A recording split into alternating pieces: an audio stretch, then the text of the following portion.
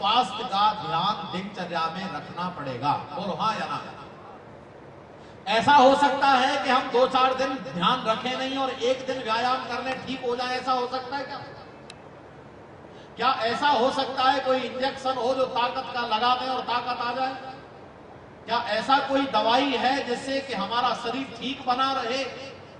क्या ऐसा कोई इंजेक्शन, अच्छा कोई ऐसी चिप बनेगी दुनिया में कि हमारे मेमोरी कार्ड को इसमें दिमाग में डाल दिया जाए और हम होशियार हो जाएं, हम लोग बुद्धिमान हो जाएं, हम विद्यावान हो जाएं? ऐसा संभव हो सकेगा क्या कभी? बोलो हाँ या ना। ऐसा हो सकेगा? आप कुछ नौजवान करें ऐसा हो जाएगा। मैं बता रहा हूं आपको, ऐसा कभी नहीं होगा। इस मस्तिष्क की मेमोरी आपके बाहर वाली मेमोरी के साथ कभी भी एडजस्ट नहीं कर पाएगी।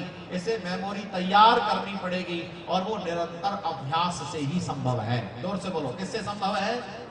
निरंतर अभ्यास से संभव है।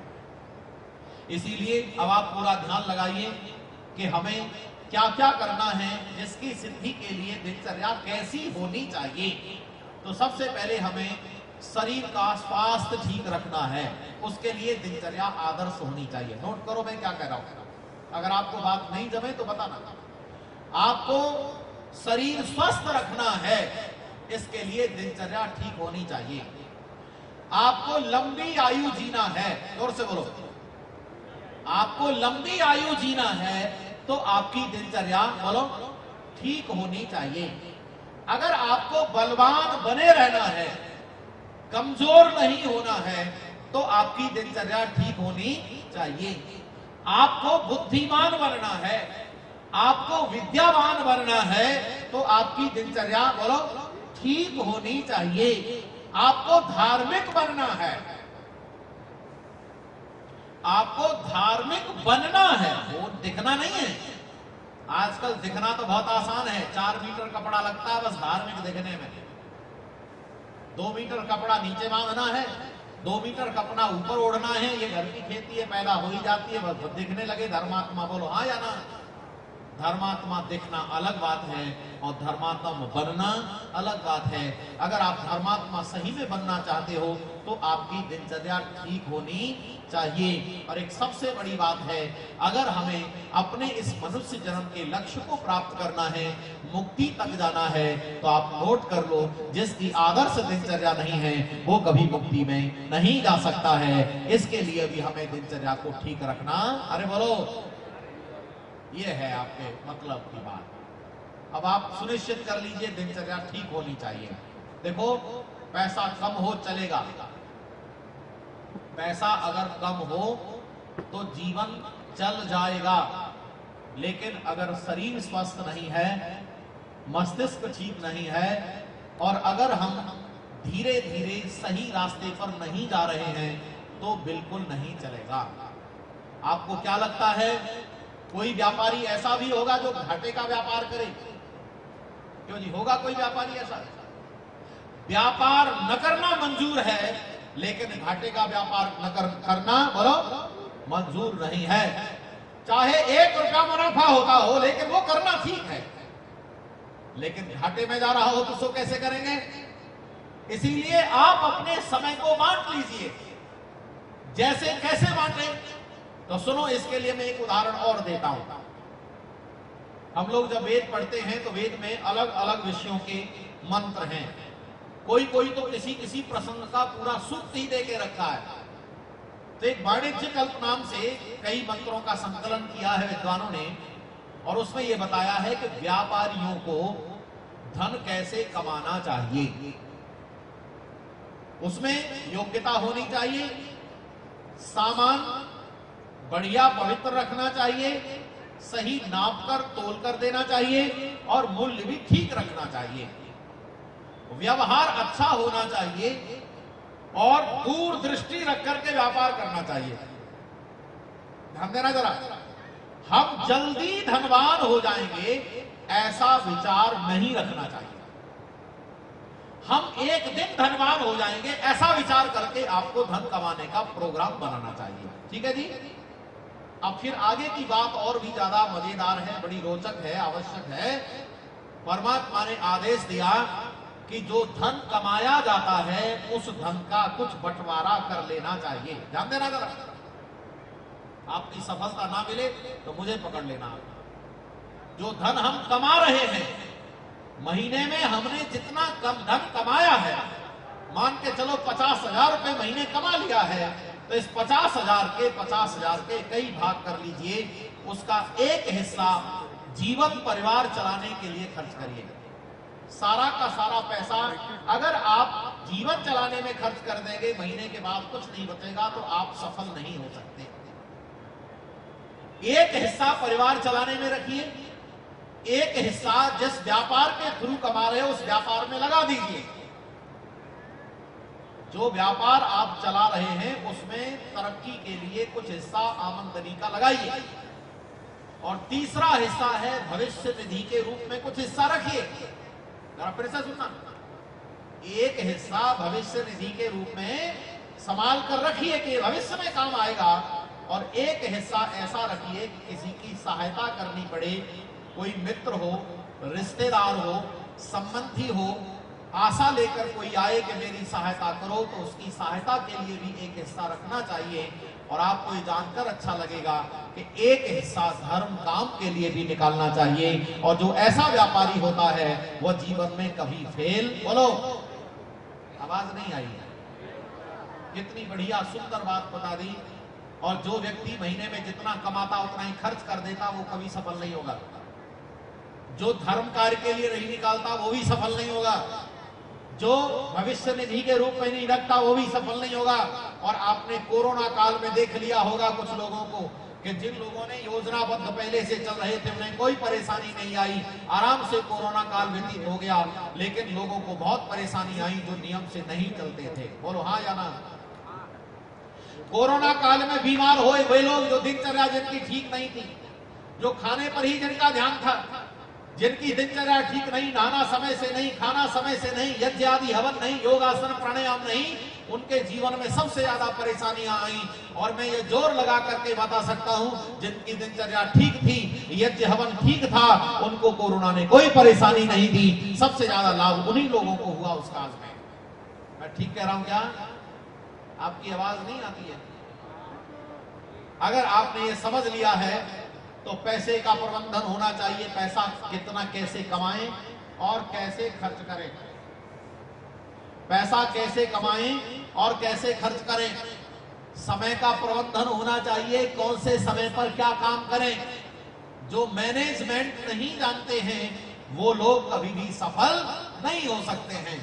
आप बैठे हैं व्यवस्थित रूप से, इसको मैनेजमेंट कहते हैं। यहाँ कार्यक्रम चल रहा है व्यवस्थित रूप से, बहनें चला रही हैं, इतना समय इनको, इतना समय इनको, इतना समय ऐसे चलना है, यज्ञ कैसे होना है, कार्यक्रम कब होना है, सब प्रबंधन है। और ये परमेश्वर की व्यवस्था है। ऐसे ही इसको जीवन प्रबंधन कहते हैं, जीवन जीने की कला कहते हैं। वैसे तो आर्ट ऑफ लिविंग के नाम से पता नहीं क्या क्या आपको कराया जा रहा है, लेकिन सबसे पहले जीवन की कला अगर सिखाने का काम किया तो ऋषियों ने किया। और सबसे उत्तम जीवन शैली किसी ने दी है तो वो महर्षि दयानंद सरस्वती महाराज हैं, जिन्होंने जीवन जीने की सुंदर कला को हमें दे दिया है। आओ, दिनचर्या कैसी होनी चाहिए, तो दिनचर्या कहां से शुरू करें? तो दिनचर्या शुरू होगी रात्रि को सोने से। बोलो, कब से शुरू होगी? जोर से बोलो। आप तो सुबह से जगने से शुरू कर रहे होंगे। आओ, रात्रि को सोने से हमारी दिनचर्या शुरू होगी। तो सबसे पहले जब आप आज रात्रि को सोने लगे तो आज से ही अभ्यास शुरू कर दीजिए। जैसे ही खाना खा लिया, दूध पी लिया और कुछ खाने की इच्छा हो तो वो सब भी खा लिया, फिर आप पूरी तरह व्यवस्थित होकर के सोने की तैयारी में जाइए। उससे पहले ब्रश करिए, दांत साफ कीजिए, दांतुन कीजिए, मंजन कीजिए और आप बिस्तर पर आ जाइए। बिस्तर पर आने के लिए आपको अपने मोबाइल को नियंत्रित करना पड़ेगा। अगर आप मोबाइल में देखना चाहते हैं तो कोई संगीत देखिए, भजन देखिए। आर्य समाज के कई चैनल्स हैं जिनकी जानकारी मैं आगामी सभा में दूंगा, उनको आप सुन सकते हैं। लेकिन ज्यादा अच्छा होगा कि आप मोबाइल की अपेक्षा आप कोई पुस्तक ले लें, आप उस पुस्तक का स्वाध्याय करें। आपके पास रामायण है, महाभारत है, उपनिषद हैं, वेद हैं, दर्शन हैं, सत्यार्थ प्रकाश संस्कार विधि, विद्वानों की अनेक पुस्तकें हैं। उन पुस्तकों में से कोई भी एक प्रसंग आप पढ़िए और जब सोने लगे तो आप वेद मंत्रों को अवश्य पढ़िए। यज्जाग्रतो दूरपरित देवम तदु सुप्तस्य तथैवेति दूरम गमम ज्योतिषाम ज्योतिरेकम तन्मे मनः शिव संकल्पमस्तु। परमात्मा से प्रार्थना कीजिए, हे प्रभु ये मेरा मन है ये शिव संकल्पों वाला हो जाए, क्योंकि ये मन दिन में जागते ही परेशान नहीं करता बंधुओं, ये तो कई बार सोते हुए भी परेशान करता है। ये जागते हुए भी बहुत दूरों तक ले जाता है और कई बार सोते सोते भी पता नहीं कहां कहां ले जाता है, पता नहीं चलता लोगों को, क्योंकि अंतःकरण पर पड़ी हुई वासना वासनाएं ये मन को पता नहीं कहां कहां घुमा करके ले जाती हैं। इसीलिए रात्रि को अच्छे संकल्प के साथ सोइए। जो वासना आ रहे हैं विचार उनको रोकिए, परमेश्वर में लगाइए, गायत्री के जाप में लगाइए। मोबाइल में जो मूवीज है, जो क्लिपिंग है, जो भी रील बनी हुई है जिनसे दिमाग खराब हो सकता है उनसे अपने आप को रोकिए। जिनको रात्रि को सोने में परेशानी होती है वो कुछ औषधियां सेवन कर सकते हैं, पर एलोपैथी से बचेंगे। आप त्रिफला ले सकते हैं, अश्वगंधा ले सकते हैं बड़ी उम्र के लोग, और साथ ही साथ आप लोग कुछ ऐसी औषधियां हैं ब्राह्मी संपुष्टि आदि, उनको भी आप सेवन कर सकते हैं। रात्रि को सोते समय नासिका में बादाम का रोगन डाल सकते हैं। गौघृत अगर देसी गाय का घी आपके पास सुसहज उपलब्ध हो तो हल्का सा गुनगुना करें, नासिका सहन कर सके, उस 2 बूंद एक बूंद नासिका में डाल करके आप सहन की स्थिति में जाएं और सोने के लिए आप परमेश्वर की आराधना करते हुए सोएं। ये है यहाँ से दिनचर्या शुरू होती है। आप अगर नींद नहीं ले पा रहे हैं तो आप दिनचर्या में आगे ठीक से नहीं बढ़ सकते। जो लोग चैन से सो गए, गहरी नींद आ गई, उन्हें समय से जगना चाहिए और जगने का प्रयास करना चाहिए। वैसे आजकल ज्यादातर लोग ऐसे हैं कि काम हो तो जल्दी जग जाते हैं, काम नहीं है तो देर तक सोते रहते हैं। कई बार बच्चे तो संडे को अधिकार पूर्वक सोते हैं। माँ बाप से कह देते तुम्हें पता नहीं आज संडे है, माँ बाप भी कह देते हाँ कोई बात नहीं संडे सो जा। 10 बजे 11 बजे जगते हैं, ये ठीक नहीं है। चाहे काम है और चाहे काम नहीं है, आप अपना दिनचर्या ठीक कर ले, प्रातः काल समय से जगें। कितने बजे जग सकते हैं? ऋषियों ने कहा ब्रह्म मुहूर्त में उठकर धर्म अर्थ के प्रति चिंतन करो। ऐसा नहीं है अर्थ के प्रति चिंतन ना करो, खूब करो, लेकिन धर्म के प्रति भी चिंतन करो, ईश्वर की आराधना भी करो। और देखो जो समय से जग जाते हैं उनका पूरा दिन व्यवस्थित रूप से गुजरता है। जो लोग देर से जगते हैं उनका जीवन बेहतर नहीं बन सकता, वो स्वस्थ नहीं रह सकते, महान नहीं बन सकते। अगर आपको मेरी बात ठीक न जम रही हो तो बात कर लेना, वो बहस कर लेना जितनी लंबी करना चाहो। और एक बात सुनो, आयुर्वेद का आचार्य कहता है जो लोग सूर्य उदय होने के बाद जगते हैं उनको मानसिक रोग अवश्य होते हैं। जो फिर से सुनो, जो सूर्य उदय होने के बाद जगते हैं, आचार्य चरक कहते हैं सूर्य उदय होने से पहले पहले आपकी सफाई पूरी हो जानी चाहिए। क्या है ये सफाई? सफाई है स्नान करने तक। आप जगिए, जगकर पानी पीजिए। पानी अगर जमीन से आ रहा है, ताजा पानी है तो आप सादा ऐसे ही पी सकते हैं। अगर स्टोर किया हुआ पानी है तो आप हल्का गुनगुना करके पिए।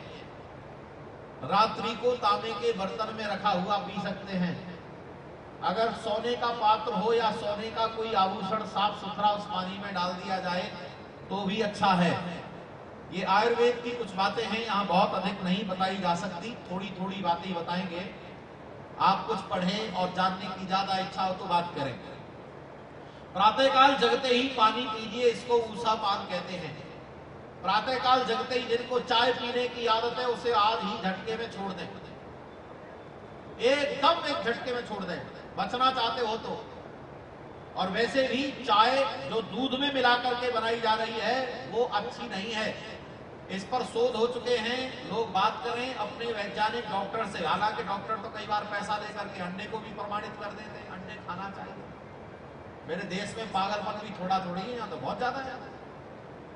प्रातः काल जगते ही पानी पीजिए, और याद रखना जो रात्रि को ब्रश करके नहीं सोया है वो जगते ही पानी पिएगा तो गंदगी मुंह में जाएगी। इसीलिए आज से तय कर लो कि रात्रि को ब्रश करके सोना है, सुबह जगते ही पानी पीजिए। इसको अमृत पान कहते हैं, उषा पान कहते हैं, और इसकी महिमा प्रतिदिन बताई जाती है। गुरुकुलों में अभ्यास करा दिया जाता है।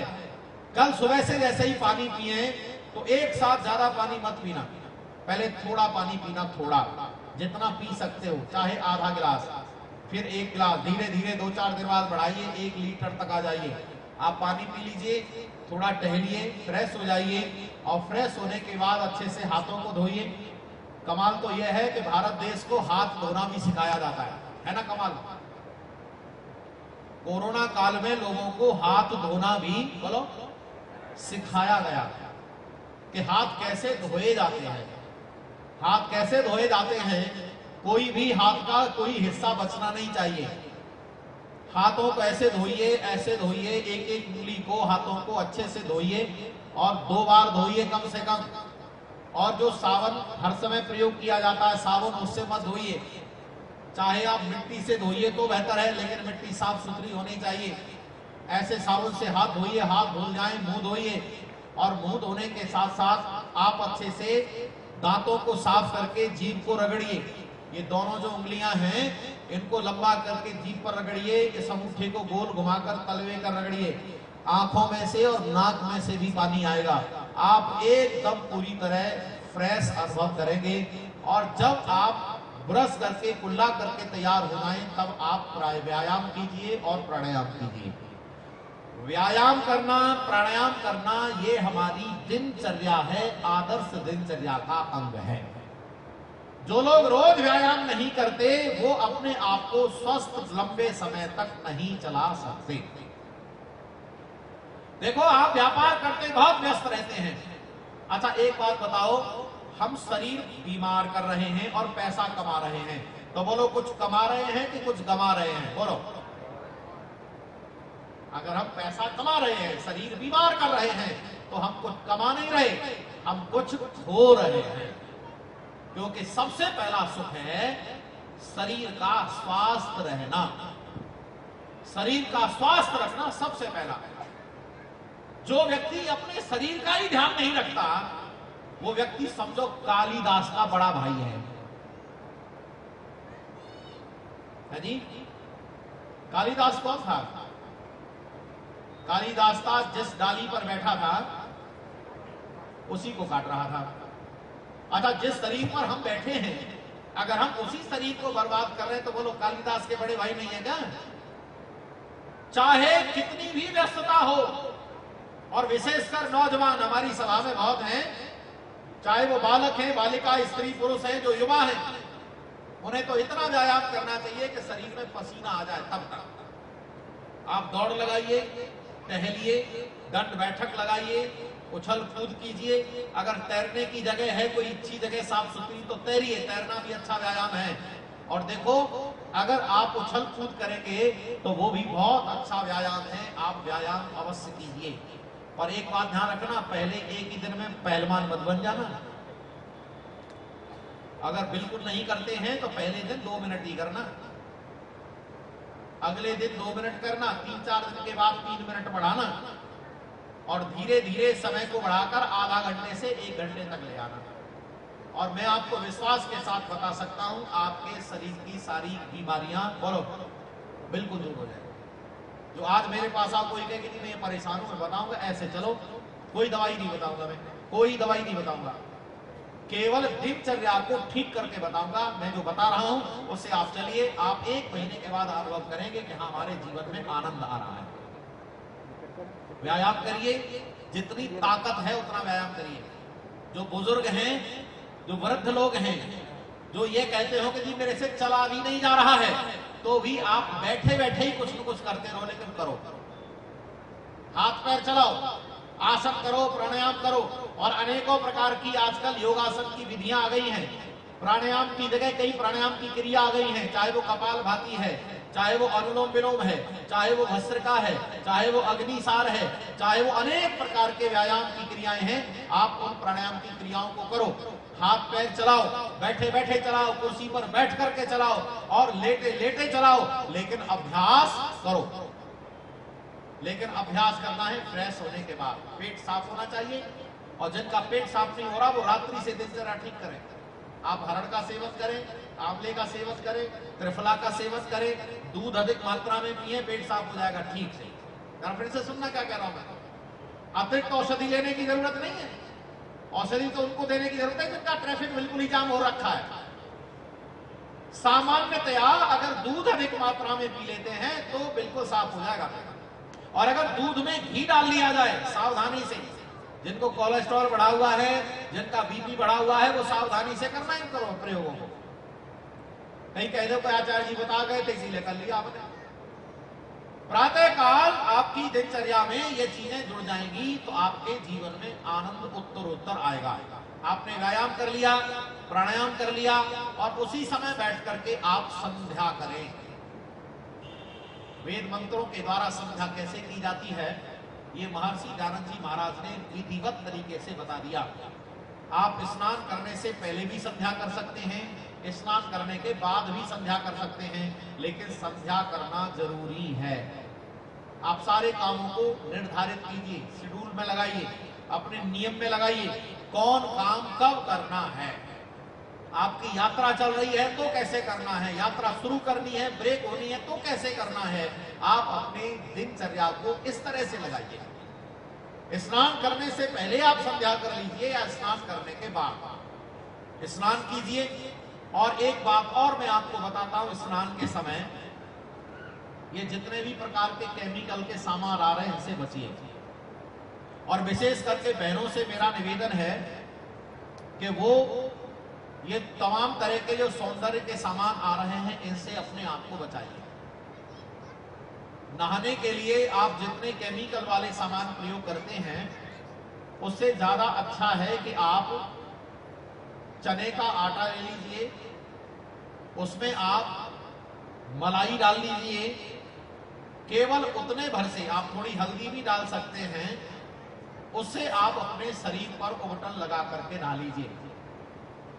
साबुन कम से कम लगाइए। अगर कोई देसी तरीके से साबुन बने हुए हैं तो उनका प्रयोग कीजिए, और नहीं तो आप कभी चर्म का इलाज करने वाले जो डॉक्टर्स हैं, आजकल अलग से डॉक्टर हैं चर्म रोग को ठीक करने वाले डॉक्टर, आप उनसे मिलिएगा। वो बताएंगे आपको कि आपने ये सब प्रयोग किया है इसलिए आपके चेहरे का माहौल खराब हो गया है।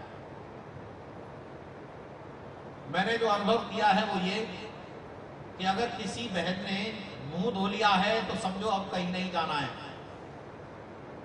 और अगर किसी भाई ने मुंह धो लिया है तो समझो अब कहीं जाना है। इतनी डेंटिंग पेंटिंग चल रही है कि उन्हें समझो कि अब कहीं जाना नहीं है तो सब डेंटिंग पेंटिंग उतार करके विश्राम करना है। तो मैं निवेदन करूंगा विशेषकर बहनों से, क्योंकि इस विषयों को हमने बहुत अच्छे से पढ़ा है और पढ़कर आपको जानकारी दे रहे हैं। आप नारियल का तेल प्रयोग कीजिए। सबसे ज्यादा चमड़ी के लिए सबसे उपयोगी तेल कोई है तो बोलो क्या है? नारियल का तेल। और नारियल का पानी पीजिए। किसी को स्किन से संबंधित प्रॉब्लम हो गई है तो वो नारियल का पानी रोज पी सके रोज पीजिए, एक सप्ताह भर में पीजिए, आपकी स्किन में निखार आएगा, डेंटिंग पेंटिंग की जरूरत नहीं पड़ेगी। सामान्य सा तेल लगाइए, सरसों का तेल लगा सकते हैं, और आप सबसे बढ़िया तेल प्रयोग किया जाने वाला है वो तिल का प्रयोग भी कर सकते हैं। आप इन तेलों का प्रयोग कीजिए, स्नान कीजिए, स्नान करके आप हवन कीजिए। हवन हमारी दिनचर्या है, और इसे मैं कैसे बता सकता हूं? आपको बिल्कुल सीधी सीधी भाषा में बता सकता हूं। इसके समय आप यज्ञ में उपस्थित होना, यज्ञ में मैं ज्यादा बातें करूंगा, यहां तो समय बहुत हो गया है। यज्ञ करना हमारी दिनचर्या है। 15 मिनट में यज्ञ पूरा हो जाता है, चाहे कितना भी विषम समय हो।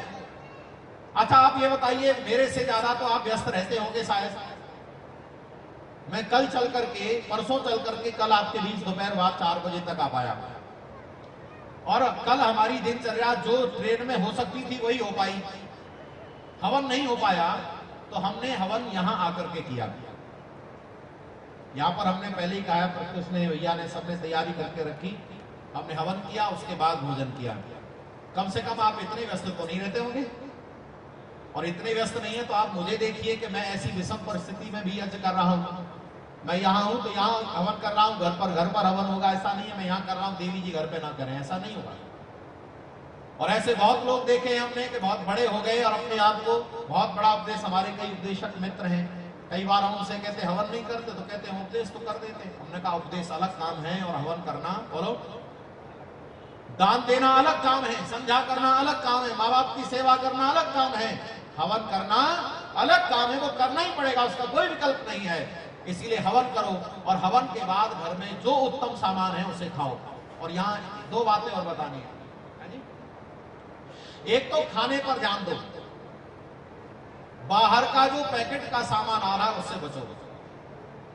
आप सोच रहे होंगे पैकेट में तैयार सामान आ रहा है या बना हुआ होटल से कई सामान आ रहा है, विश्वसनीय जगह से खरीदो, नहीं तो कोई गारंटी नहीं है उसमें क्या मिला हुआ है, आप स्वस्थ नहीं रह सकते दिनचर्या ठीक होने के बाद भी।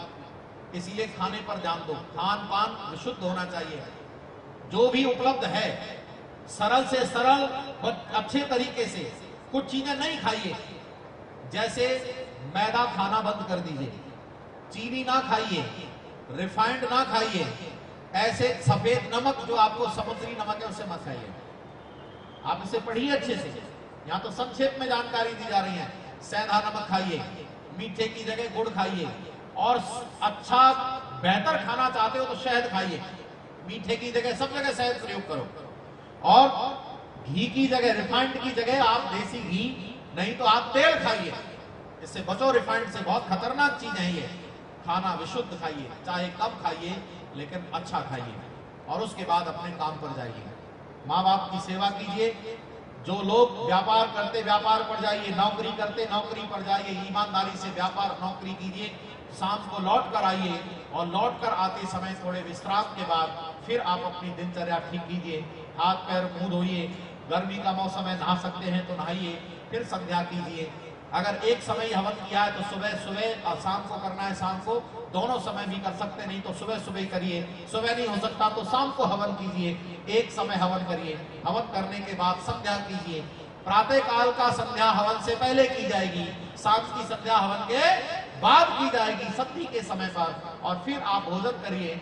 और देखो एक बात और, सुबह हो सकता है भोजन अलग अलग करें, लेकिन शाम का भोजन सब लोग सम्मिलित कीजिए, जितने भी घर में होते हैं सबको बिठाइए, सबको बुलाइए, आओ भाई सब सम्मिलित भोजन करो और भोजन का आनंद लो। भोजन के समय मोबाइल मत देखो, टेलीविजन भी बंद कर दो, सबसे पहले भोजन का आनंद लो, और भोजन के आनंद के बाद वार्तालाप करो, घर में कुछ मनोरंजन करो, कुछ कहानियां सुनो सुनाओ, कुछ किताबें पढ़ो पढ़ाओ, और शाम की संध्या के बाद, भोजन करने के बाद, और फिर परमेश्वर की आराधना करते हुए सो जाओ। ऐसा जो लोग करेंगे, मैं आपको विश्वास के साथ बता सकता हूँ, वो स्वस्थ भी रहेंगे, दीर्घायु भी होंगे, और जीवन को उन्नति करते हुए परलोक में अच्छे जीवन और शरीर को प्राप्त करेंगे। यह है जीवन का आनंद। तो मैंने आपको ये थोड़ी सी बातें बताई कि दिनचर्या क्यों ठीक जरूरी है। आप चाहें तो कुछ भी संभव है, और आप अगर प्रयास नहीं करेंगे तो कुछ भी संभव नहीं है। केवल इच्छाओं से कुछ नहीं होता, हमें